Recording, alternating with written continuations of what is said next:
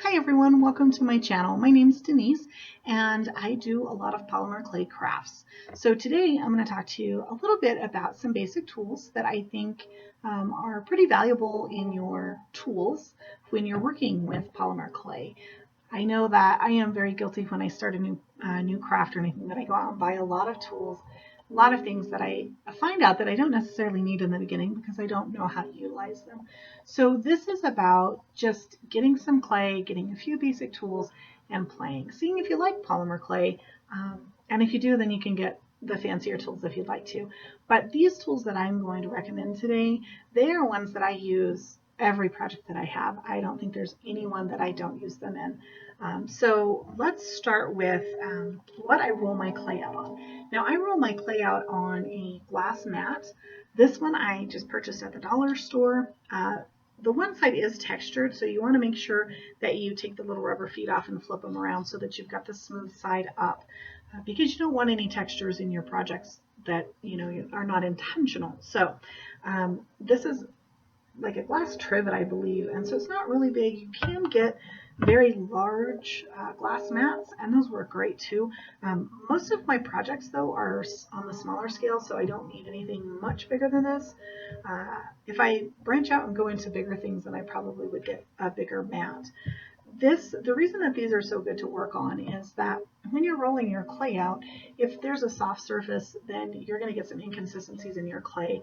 And if it's something that you really need to be concerned about having this, a consistent thickness, you want to make sure that what you're rolling it out on is a hard surface. So glass works best.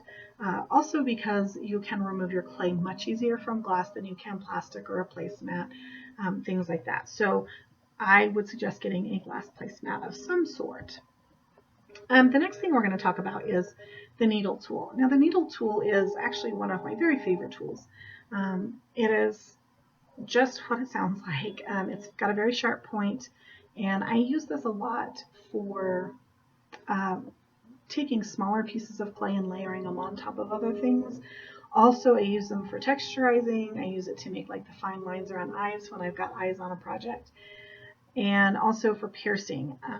You can start with a very small hole and you can make it as big as you need to. So if you're working on ornaments and you need something to run a ribbon through, this works just splendid to do that. So highly suggest that. Now, this one I actually broke off a very long handle, and the reason that I did that was because I don't like the long handle. It got in my way to be able to work this the way I needed to. So I did break this off. But if you can't find something like this that you can use, you can make some.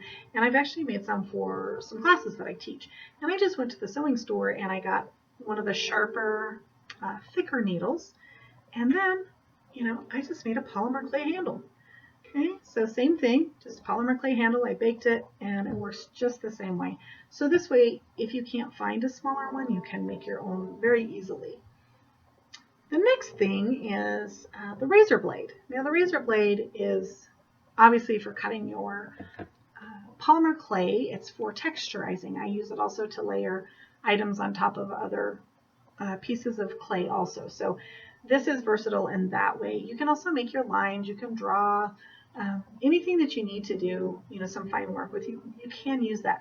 Also, you can use an X-Acto knife if you need something, a very pinpoint razor sharp thing, or to get into a small crevice. So that works really well. Next item is a ball tool.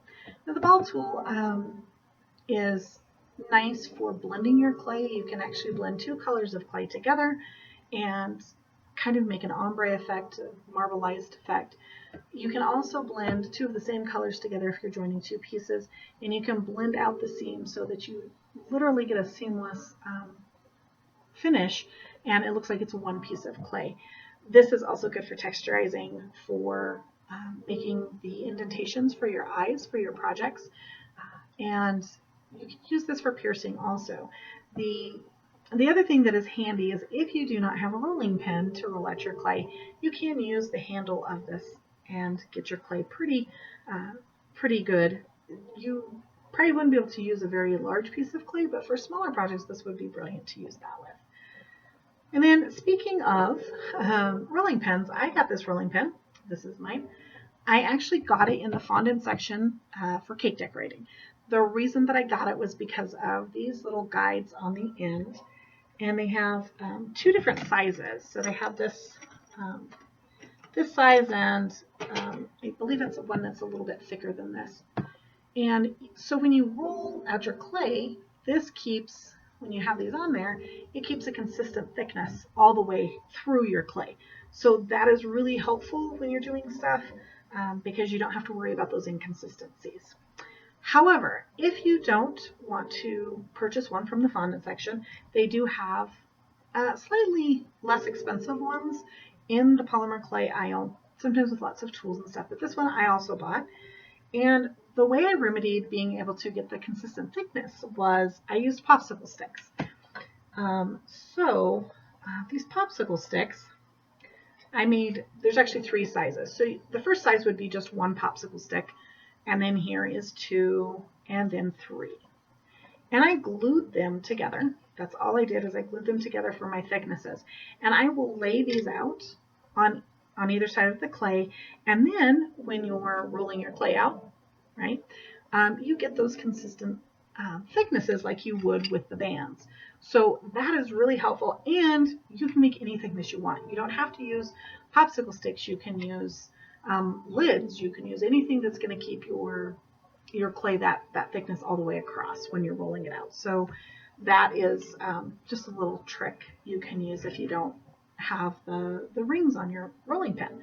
So that is about it for the basic tools. I hope that you enjoyed it. I hope it gave you some ideas that you don't have to go out and buy all the things. You can buy a few things. Go out and get you a couple bricks of clay, get some basic tools, and then just start playing with it and see if you like it. If you like it, then you can go all out and get all the bells and whistles and have lots of fun. So hope you enjoyed this video. I'm going to be making some other ones talking about some beyond basic tools and things like that. So hopefully you'll come back and watch those videos. And thank you so much for watching, and I hope you have an amazingly beautiful rest of your day. Thanks so much.